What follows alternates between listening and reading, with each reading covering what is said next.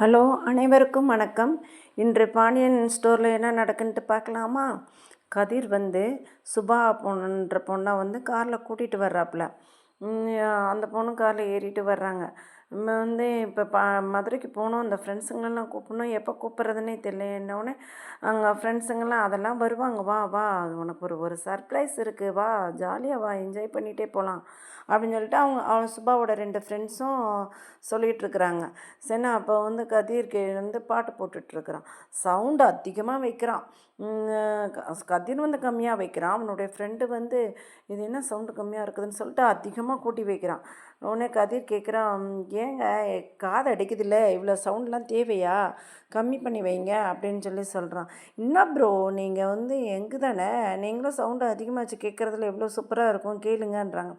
சரி சரிண்ணா. இப்போ அந்த சுபா இப்படி பார்த்துட்டு வரப்போ, எங்கே நம்மளுடைய ஃப்ரெண்டு வீடெல்லாம் தாண்டி வந்துட்டுருக்குறோம், நிப்பாட்டலையா காரை அப்படின்னு சொல்லிட்டு அவங்க ஃப்ரெண்ட்ஸுங்கள்கிட்ட கேட்குறேன். உடனே ஃப்ரெண்ட்ஸுங்கள் என்ன சொல்கிறாங்கன்னா, ஆஹா அவங்க எல்லாமே மார்க்கெட் போயிருக்கிறாங்க, மார்க்கெட்டில் வா நம்ம பிக்கப் பண்ணிக்கலாம், நீ இப்போ அதெல்லாம் உனக்கு தெரியல, அதனால் வா மார்க்கெட்டுக்கு போய்க்கலான்னு சொல்கிறாங்க. நீ இன்னும் ஃப்ரெண்டா, அப்படியா, நீ எதுக்கு பயந்துகிட்டே இருக்கிற, வா நம்ம போய் அங்கே போய் பார்த்துக்கலான்னா, இல்லை என்கிட்ட சொல்லவே இல்லையே, நான்லாம் எதுனாலும் வாங்கி வச்சுட்டு வந்துடுறேனே, இந்த பொருள்னால் நேற்றே வாங்கி வச்சுட்டேனே, அது மாதிரி அவங்க கிளம்புறாங்கன்னு சொல்லிட்டு எதுவுமே வாங்க மாட்டாங்களா, என்ன அதெல்லாம் வாங்கி வச்சுருக்க வேண்டியதானே அப்படின்றா. உன்னைய மாதிரி எல்லாரும் இருப்பாங்களா அப்படின்றா. இவங்க பேசுகிறத கதிர் கேட்டுக்கிட்டே இருக்கான். இவங்க பேசுகிறதெல்லாம் சரியில்லையே, என்ன ஒரு மாதிரி பேசுகிறாங்க அப்படின்னு கேட்டுட்ருக்குறான். இவங்க ஏதோ பண்ண போகிறாங்க அந்த பொண்ணுன்ட்டு. அந்த பொண்ணு சொல்கிறா, சரி சரின்ட்டு வரா. உடனே அந்த அவளோட ஃப்ரெண்டு சுபாவோட ஃப்ரெண்டு காரை நிப்பாட்டுங்க ஒரு ஓரமான்னு சொல்கிறான். ஏன் இங்கே எதுவுமே இல்லையே, ஏன் இங்கே காரை நிப்பாட்ட சொல்கிறீங்க அப்படின்னு கேட்குறேன்.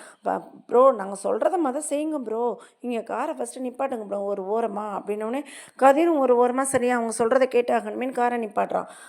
அப்போ நிப்பாட்டினோடனே அவன் பின்னாடி ஃப்ரண்ட்டில் இருந்த ஃப்ரெண்டு சுபாவோட ஃப்ரெண்டு இறங்கி அவள் பக்கத்தில் போய் உட்காடுறான். அதை கதிர் பார்க்குறான். என்ன இவளுக்கும் ஒரு மாதிரி சுபாவுக்கு ஒரு மாதிரி ஆகுது, என்னடா 2 பேருமே பக்கத்தில் உட்காடுறாங்க, அப்படியே இடிக்கிறான். இவன் அவள் கண்ணை காட்டுறான், அவன் கண்ணை காட்டுறான்.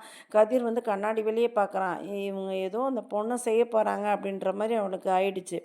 அதனால் அவன் பார்த்துட்டுப்பான். அந்த பொண்ணு ஏன் இப்படி இது பண்ணுறீங்க அப்படின்ட்டு அவளுக்கு என்ன சொல்கிறதுனே புரியலை. 2 பேருமே ஃப்ரெண்டு தானே, இன்னும் பண்ண முடியலன்னா கொஞ்சம் கொஞ்சம் இது பண்ணுங்க, எனக்கு ஒன்றுமே புரியலை, அவங்க ஃப்ரெண்டுங்க வரவங்க, உனக்கு சர்ப்ரைஸ் இருக்குது, வா வா பார்த்துக்கலாம் அப்படின்னு சொல்லிட்டு சொல்கிறேன். எனக்கு என்ன சர்ப்ரைஸோ தெரில, நானும் எங்கள் அப்பாட்ட சொல்லியிருப்பேன், அதெல்லாம் வா அதெல்லாம் நான் பின்னாடி நாங்கள் சொல்கிறோம் என்ன நடக்குதுன்னு சொல்லிட்டு அதோடு நிப்பாட்டிடுறாங்க. இங்கே இங்கே பாண்டியன் ஸ்டோர் கடையில் அவங்க மச்சினனும் பாண்டியனோட மச்சினனும் அவங்க அப்பாவும் அந்த தாத்தாவும் சேர்ந்து பேசிக்கிட்டு இருக்கிறாங்க. மாமா இப்படியெல்லாம் இது பண்ணுறாங்களே அப்படி இப்படின்னு நல்லா தான் பேசுகிறாங்க, நல்லா செய்கிறாங்கன்னு பேசிகிட்டு இருக்கிறப்ப பாண்டியன் வந்துடுறார். ஏன்பா உங்கள் அக்காவுக்கு என்ன தான் கோமதிக்கு வேலைக்கு போகணுன்னு ஆசையா, என்ன தான் ஆசைப்பட்றாந்தலே, மயில் வேலைக்கு போகிறேன்னு சொல்கிறா, அதுக்கு கூட சரி ஓகே அப்படின்னு சொல்கிறாளே அப்படின்னோடனே சொல்கிறான். ஆமாம் ஆமாம் மாமா, அக்காலாம் ரொம்ப இதாக தான் ஜாலியாக தான் மாமா இருப்பாங்க, ரொம்ப வேலைக்கு போகணுன்னு தான் மாமா ஆசைப்பட்டாங்க அப்படின்னு சொல்கிறான். வேலைக்கா, என்ன வேலைக்கு சொல்லு அப்படின்னு. அக்கா முன்னுமே சொல்லவே மாட்டேங்கிறா, என்ன வேலைக்குன்னு சொல்லு அப்படின்னு சொன்னோன்னே, அக்கா சின்ன பிள்ளையில டீச்சர் ஆகணும்னு ஆசைப்பட்டா. அம்மாவோட புடவையெல்லாம் எடுத்து உடுத்திக்குவா, ஒரு களி எடுத்துக்குவா, எடுத்துகிட்டு டீச்சர் மாதிரியே நடித்து காட்டுவா, எல்லாமே செய்வா. அவ்வளோ ஆசை இருக்குதாடா, ஏன்டா உங்கள் அக்கா என்கிட்ட எந்த ஆசையுமே சொல்லவே மாட்டேன்றா, ஏதாச்சும் ஆசைப்பட்டேன்னு சொன்னால் தானடா எனக்கும் தெரியும் அப்படின்னு சொல்லுவான். ஏதாச்சும் இவ்வளோ இவ்வளோ வயசாகிடுச்சு, இன்னும் என்ன ஆசைப்பட்றேன் ஏது பசன்னு ஆசைப்பட்றான்னு எனக்கு ஒன்றுமே புரிய மாட்டேங்குது, எதாக இருந்தாலும் நீ சொல்லுடா, அவளை சொல்கிறா, இவ்வளோ வயசாகி போயிடுச்சு, சொன்னால் தானடா எனக்கு தெரியும். அப்படிலாம் இல்லை மாமா, அவள் எதையுமே வெளியில் காட்டிக்க மாட்டா, சொல்ல மாட்டா மாமா, ஆனால் அவளுக்கு டீச்சர் ஆகணும்னா அவளுக்கு ரொம்ப இஷ்டம் மாமா. சரி நான் வேறு எதாக இருந்தாலும் நீங்கள் தான் மாமா கேட்டு தெரிஞ்சுக்கணும், எதாக இருந்தாலும் சொல்லணும், அவள் சொல்கிறதுக்கு வெக்கப்படுறா மாமா, அந்த குடும்பத்தை பார்த்து குடும்பத்தை கவனிச்சுக்கணும், குடும்பம் குடும்பம் குடும்பன்ற வழியாக அவளுடைய ஆசையை அவள் எதுவுமே பண்ணிக்க மாட்டேங்கிறா அப்படின்னு சொல்லிடுறான். அப்போ காரு இங்கே அறுத்துக்கு அதிர காட்டுறாங்க. கதிர் காரில் போய்கிட்டே அவங்க பேசுகிறத கேட்டுக்கிட்டே வரான்.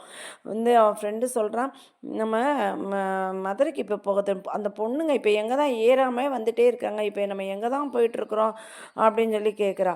எனக்கு வர்றதுக்கு ஒரு மாதிரி இருக்குது. உடனே நீ கதிர் அதெல்லாம் இப்போ இவங்களுக்குள்ளே ஏதோ ஒன்று நடந்துகிட்ருக்கு, நம்ம என்னன்னு கவனிப்போம் அப்படின்னு சொல்லிட்டு கவனிச்சுக்கிட்டே வரான்.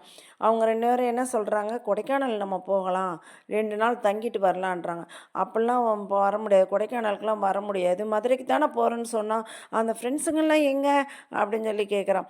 அவங்களாம் மதுரைக்கு போயிட்டாங்க, வா நம்ம போய் இது பண்ணலான்னொடனே அவங்க 2 பேரும் ஏறி நீங்கள் நாங்கள் போய் பழம் வாங்கிட்டு வரோன்னு சொல்லிட்டு 2 ஃப்ரெண்ட்ஸுங்களும் சுப்பாவோட ஃப்ரெண்ட்ஸுங்க பழம் வாங்க போகிறாங்க.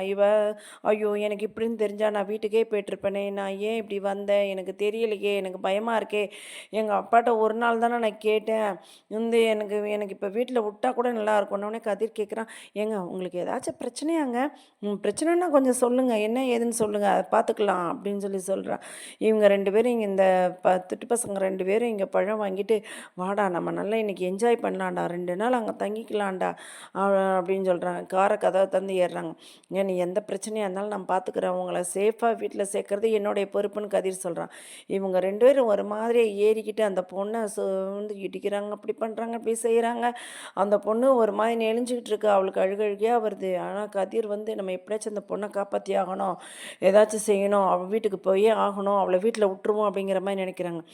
இங்கே வந்து குழலி வந்து பாண்டியன் ஸ்டோர் வீட்டில் வந்து கால் மேலே கால் போட்டு திராட்சை பழம் உட்காந்து சாப்பிட்டுட்டு இருக்கிறா. அதை இங்கே 2 பேரும் பார்த்துட்ருக்குறாங்க. அப்போ இவன் என்ன செய்கிறேங்க பாரு, நீ ஒழுங்கா தொட, நீ நீ என்ன பண்ணுற மீனா, நீ என்ன செய்கிற, ஒழுங்காக வேலை செய்யுங்க வந்து அப்படின்னு சொல்லிட்டு உட்காந்து கால் மேலே கால் போட்டு திராட்சை சாப்பிட்டுக்கிட்டு ரொம்ப ஒரு மாதிரி பண்ணிட்டுருக்குறா. அப்போ மயில் வர்றான். வந்து அக்கா இங்கே பாருப்பா, எனக்கு எனக்கு ஒரு வேலை செய்யாமல் ஒரு மாதிரி இருக்குது, இது பண்ணிருக்கு, நான் என்ன வேலை செய்யணும்னு சொல்லுங்கள், உங்களை நான் இங்கே நான் மீனா சொன்னேன்னா உங்களை இங்கே வர சொன்னேன்னா, உங்களுக்கு நீங்கள் டீச்சராக இன்னைக்கு இன்டர்வியூ தானே, அதுக்குள்ளதெல்லாம் நீங்கள் படிக்கணும்னு தானே சொன்னேன், அப்புறம் ஏன் இங்கே வந்தீங்க அப்படின்னா, ஏய் இல்லை மீனா, எனக்கு இங்கே எனக்கு வந்து ஏதாச்சும் ஒரு வேலை செய்யணுன்ட்டே இருக்குது, என்னால் சும்மாவே இருக்க முடியலை அப்படின்னு சொல்கிறேன். நீங்கள் இங்கேருந்து கிளம்புறீங்களா இல்லையா, இங்கேருந்து நீங்கள் வேலைக்கு போயே ஆகணும், இன்றைக்கி போய் இன்டர்வியூக்குள்ளதெல்லாம் ப்ரிப்பேர் பண்ணுங்க போங்க அப்படின்னா, நீ சும்மா தானே இருக்கன்ற, உனக்கு என்ன வேலை கொடுக்கணுன்னு தானே எதிர்பார்க்குற அப்படின்னு குழலி சொல்கிறா. இங்கே நான் உனக்கு ஒரு வேலை தரேன், என்ன வேலை தெரியுமா, இந்த என்ன வேலை அப்படின்னு கேட்டு மீனா கேட்குறா. இன்னும் ஒவ்வொரு திராட்சை பழமாக எடுத்து எடுத்து எடுத்து சாப்பிட முடியலையா, அதுக்கு வந்து உங்கள் வாயில் ஒவ்வொரு பழமாக போடணுமா அப்படின்னு சொல்லிட்டு கேட்குறா. சேச்சே, அதெல்லாம் எனக்கு தேவையில்லை, அந்த திராட்சை பழத்தை எடுத்து ஜூஸ் போட்டு கொண்டு வா அப்படின்னு சொல்லிட்டு அவள் கையில் கொடுக்குறா. உடனே மயிலும் வாங்கிக்கிட்டு நம்ம ஜூஸ் எடுக்க போகணும்னு சொன்ன உடனே அந்த டைம் அவங்க கோமதி வந்துடுறா.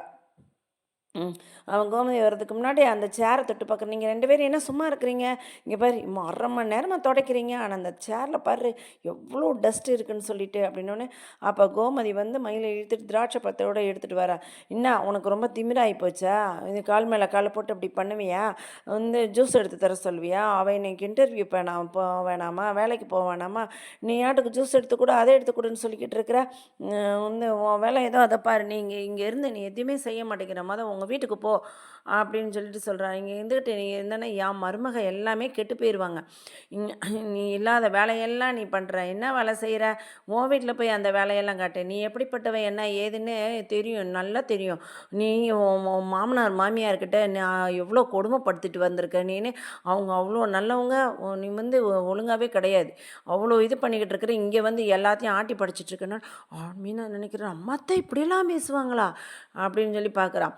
இங்கே பார், என் மருமகள்களை இங்கே இருக்கிற என் வீடு, இது எங்கள் வீடு, எங்கள் வீட்டில் வச்சு பார்க்காத, உங்கள் வீட்டில் வச்சு பேசு, என் மருமகளை எல்லாம் இது பண்ணிடக்கூடாது, நான் அந்த அளவுக்கு நான் வச்சிட்ருக்கிறேன் அப்படின்னா, அம்மா என்னம்மா ஏம்மா இப்படி பேசுகிற அப்படின்ற. ஆமாம் நான் அப்படி தாண்டி பேசுவேன், நீ எப்படிப்பட்டவன்னு எனக்கு தெரியும்டி, உன் வீட்டுக்கு போடி, அவ்வளோ நல்லவங்கள்ட்டே நீ ஒன்றால் வைக்க முடியல, இப்போ காலம் தள்ள முடியல, அதுக்கே அவங்க பாவம் நீ அவ்வளோ கொடுமைப்படுத்தியிருக்க, உன்னைய வா வா வான்னு கூப்பிட்றாங்க, ஆனால் நீ வந்து போக மாட்டேன்ற, இங்கேயே உட்காந்து இது பண்ணுற அப்படின்னு சொன்னோடனே பாண்டியன் வந்துடுறான். உடனே அப்போ பார்ப்பா, அம்மா என்னை திட்டிகிட்டே இருக்காங்கப்பா, பழம் சாப்பிட விட மாட்டேங்காங்க, இது செய்ய விட மாட்டேங்கிறாங்க, எப்போ பார் திட்டிக்கிட்டே இருக்காங்கப்பா அப்படின்னு சொல்லி சொல்கிறான். உடனே அவளுக்கு கோவம் வருது கோமதிக்கு. அப்படியே பார்க்குறா. பாண்டியன் சொல்கிறான், இந்த அம்மா நல்லதுக்கு தான்மா சொல்லுவாங்க, நீ அந்த மாதிரிலாம் இது பண்ணிக்காதம்மா அப்படின்றான். நீ இந்த இடத்த விட்டு நீ கிளம்புறியா இல்லையா, நீ வந்து உங்கள் வீட்டுக்கு போ, போய் பேக் எடுத்துகிட்டு வாங்க போ, ரெடி பண்ணி மயில் போ அப்படின்றான். அப்போ பாருங்கப்பா என்னைய போ போ போன்னு சொல்கிறாங்க. ஆமாம்மா உன் வீட்டுக்கார்ட்ட நான் பேசிட்டேன். உன் வீட்டுக்காரர் ரொம்ப நல்லவர்.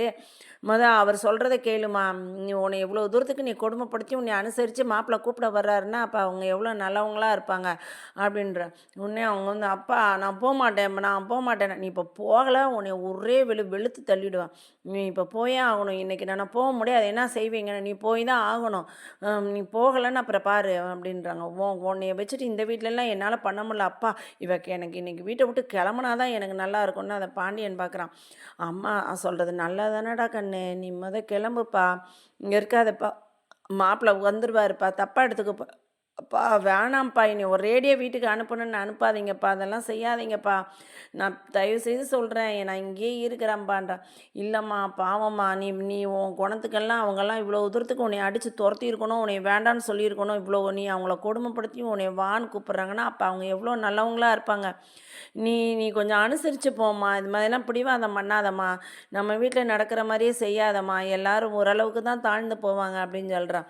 உடனே எப்பா இவ எப்படா கிளம்புவா அப்படின்ட்டு கோமதி பார்க்குற நீ கிளம்புனவுடனே மயில் பேக்கெல்லாம் எடுத்துகிட்டு வந்து வைக்கிறாங்க. நீ கிளம்பு கிளம்பு அப்படின்னு சொல்கிறா.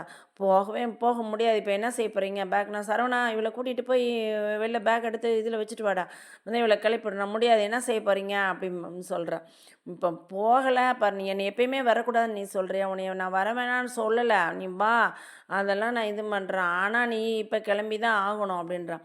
இல்லைம்மா முடியாதும்மா, என்னம்மா செய்வானா ஒரே அடி இழுத்து பாட்டுன்னு அடிச்சு வச்சிருவா. ஒரே இடு தான்.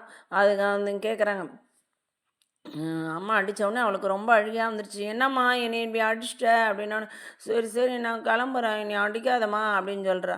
ஆனால் நீ உன் வாய் கொழுப்புக்கு அவங்க அடிச்சிருக்கணும், ஆனால் நான் அடித்து கிளப்புறேன், நீ அடி கிளம்பு அப்படின்னு சொல்லிடுறாங்க. அப்புறம் வந்து சரி என்னென்னு பேக்கெல்லாம் எடுத்துகிட்டு சரவணா பாண்டியன் எல்லாருமே பார்க்குறாங்க. அம்மா இன்னும் இந்த அளவுக்கு கோவப்பட்டு அடிச்சிட்டாங்க, நம்ம கிளம்ப வேண்டியதான் அப்படின்னு சொன்னோன்னே, இந்த பக்கம் நீ வா, வர வேண்டாம்லாம் நான் சொல்லலை, வா, எப்போனாலும் இந்த வீடு திறந்துருக்கோம், ஆனால் உன் புருஷன் கூட தான் நீ வரணும், எல்லாமே இங்கே பண்ணணும், நீ மாத்திரம் இங்கே சண்டை போட்டு எந்த நேரம் இங்கே வரக்கூடாது அப்படின்னு சொல்லிட்டு திட்டுறா கோமதி.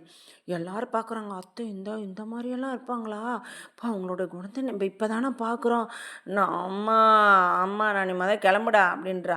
உடனே இதுக்கப்புறம் கொஞ்சம் நேரம் கழிச்சு அவள் வந்து அந்த குழலி சொல்கிறா மீனா கிட்ட, நான் பட்ரோஸு புடவை ஒன்று நான் கேட்டேனே அந்த கோயிலில் வச்சு, அதை வாங்கி தரியா எனக்கு, நான் ஊருக்கு போனாலும் நீ எனக்கு வாங்கி கொடுக்கணும் சரியா அப்படின்னா, சரி சரி நான் வாங்கி தரேன்ட்டு மீனா சொல்கிறான். மாப்பிள்ளை சொல்கிறான், இந்த பாண்டியன் சொல்கிறான் மாப்பிள்ளைக்கிட்ட, மாப்பிள்ளை நீங்கள் அவளை தப்பாக எடுத்துக்காதீங்க மாப்பிள்ளை, அவள் சின்ன பொண்ணு மாப்பிள்ளைன்னு. மாமா நான் தப்பாலாம் எடுத்துக்க மாட்டேம்மா, அவள் ரொம்ப நல்ல பொண்ணு தான் மாமா, எனக்கு தெரியுமாம்மான்னா அப்படியே பார்க்குறா. குழலி பாண்டியன் சொல்கிறான், தயவுசெய்து நீங்கள் நல்லா வச்சுக்கோங்க, போமா போமா, நீ மாப்பிள்ளை கூடயே போமா, நல்ல குடும்பம் நடத்துமா, இது மாதிரி அடிக்கடி சின்ன இதுக்கெல்லாம் சண்டை போட்டுக்கிட்டே வீட்டுக்கு வராதம்மா அப்படின்னு சொல்கிறான். ஆனால் நீ எனக்கு அந்த ரோஸ் கலர் புடவை கோயிலில் சொன்ன புடவை நீ எடுத்து தான் தந்தா ஆகணுன்றோன்னே மீனா அப்பா சாமி இவ்வளோ சண்டையிலையும் அதை மறக்க மாட்டேங்கிறாளே அப்படின்ட்டு, சரி சரி நான் வாங்கி தரேன், நீங்கள் கிளம்புங்கன்னு சொல்கிறா. உடனே பேக்கை சரவணை எடுத்துகிட்டு போய் ஆட்டோவில் வைக்கிறாங்க. இப்போ மயிலி எல்லோரும் பார்க்குறாங்க, எல்லாம் கிளம்பட்டுன்னு சொல்லிட்டு பார்க்குறாங்க, எல்லாம் கிளம்பி போயிடுறாங்க. அப்போ வந்து மீனாவும் சின்னவளும் பார்க்குறாங்க, அப்பா அப்பா மயிலி எல்லாருமே பார்க்குறோங்க, அம்மா அத்தை இந்த கோபுரத்தை நம்ம பார்க்கவே இல்லையே, இவங்கள்ட்ட கொஞ்சம் ஜாக்கிரதையாக இருக்கணும், நம்ம வேற ரொம்ப தப்பு பண்ணி வச்சுருக்கோம், என்னன்னு செய்யறதில்ல, நீங்களே என்னடி பார்க்குறீங்க, அவங்க வேலையை போய் பாருங்கடி அப்படியே மயில் பயந்து போய் நான் ஓடியே வீட்டுக்கு போயிட்டான். இவங்க மற்றவங்கெல்லாம் பார்க்குறாங்க, வந்து மீனாவும் அவங்களும் சொல்கிறேன், நம்ம அத்தைக்கிட்ட நம்ம ஜாக்கிரதையாக இருக்கணும், ரொம்ப ஜாக்கிரதையாக இருக்கணும், ஆமாண்டி நம்மளுக்கு வந்து இவ்வளோ தூரத்துக்கு அத்தை இப்படி பண்ணுவாங்கன்னு எதிர்பார்க்கல அப்படின்னு சொல்கிறதோட இன்றைய சீரியல் முடிவடைகிறது.